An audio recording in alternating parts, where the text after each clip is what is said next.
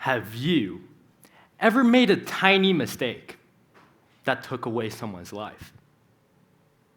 I have. But don't worry though, technically I am not a murderer. I failed to save George. He had an accident while swimming, and he needed help breathing until the paramedics came.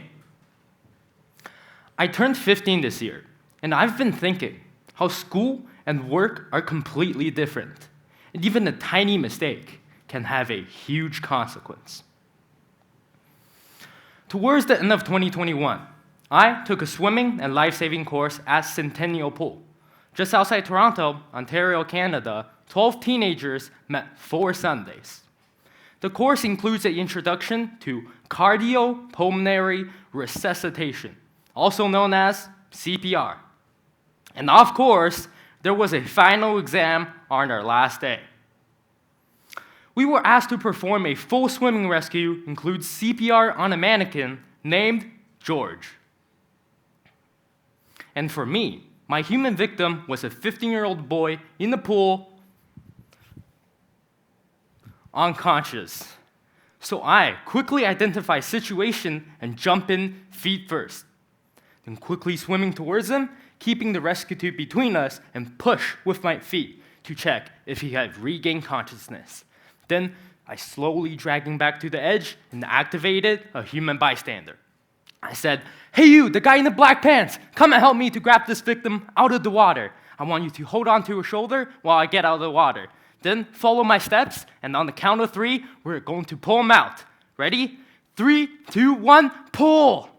Now carefully set him aside and go call 911. I want you to grab me AED, gloves, and mask.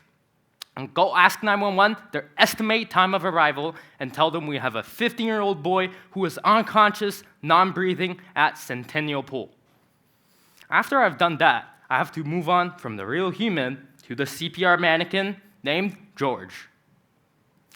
The reason why we don't do real CPR on a real human is because the chest compression part, this part, may break ribs.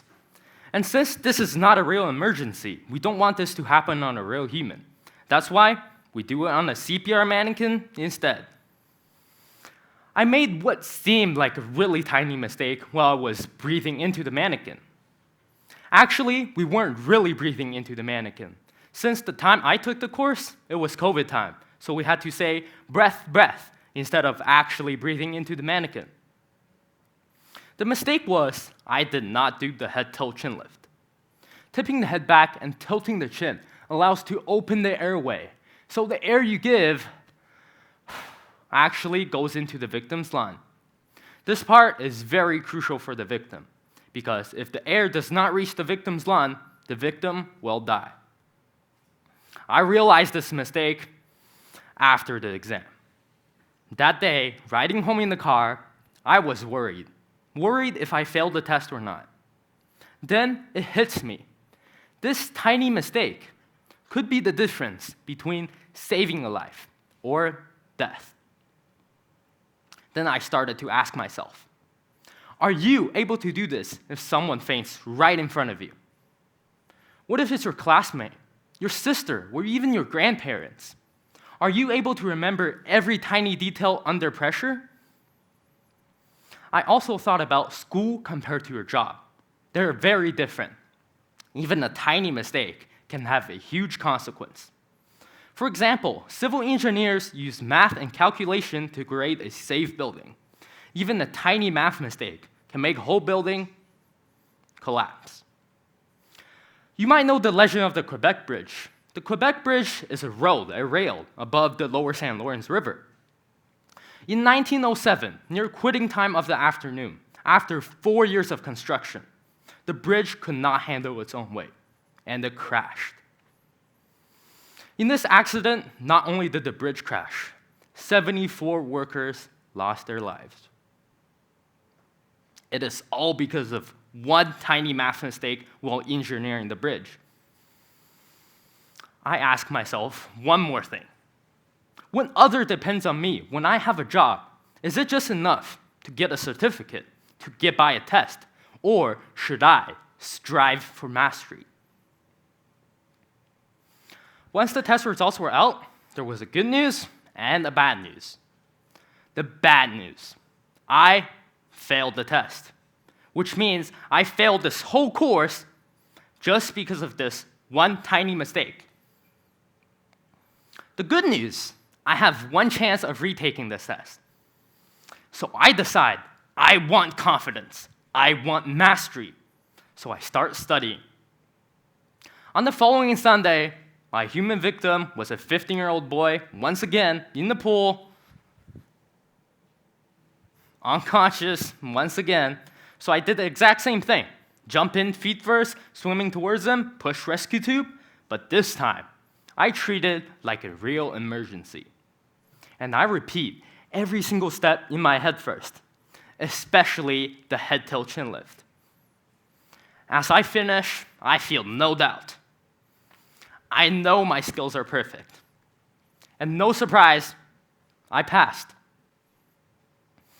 Then, about 5 weeks later, my school offered a full CPR training day, includes CPR on a mannequin.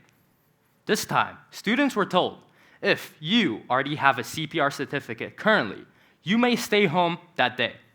I thought for 1 second, I already have my CPR certificate. However, I want mastery. I want confidence. If I'm a master, I do not take any shortcuts. I take every opportunity for practice. I take every advantage for practice. For example, you might learn a language like French or Spanish where you didn't practice for a while and you start losing your skill. If I'm a CPR master, I want CPR always sharp and ready in my head. So I participated, and passed once again. Today, I feel very fortunate that I failed my first CPR exam. It changed the way I grow my confidence. It changed the way I prepare for big responsibilities. It also changed the way I treat tiny details. Think about your life. Are you taking any shortcuts, achieving your goal without achieving mastery? How cool would it be if everyone, you and me, go the extra mile, do the extra work, master your craft? Because when others depend on you, tiny mistakes can have huge consequences.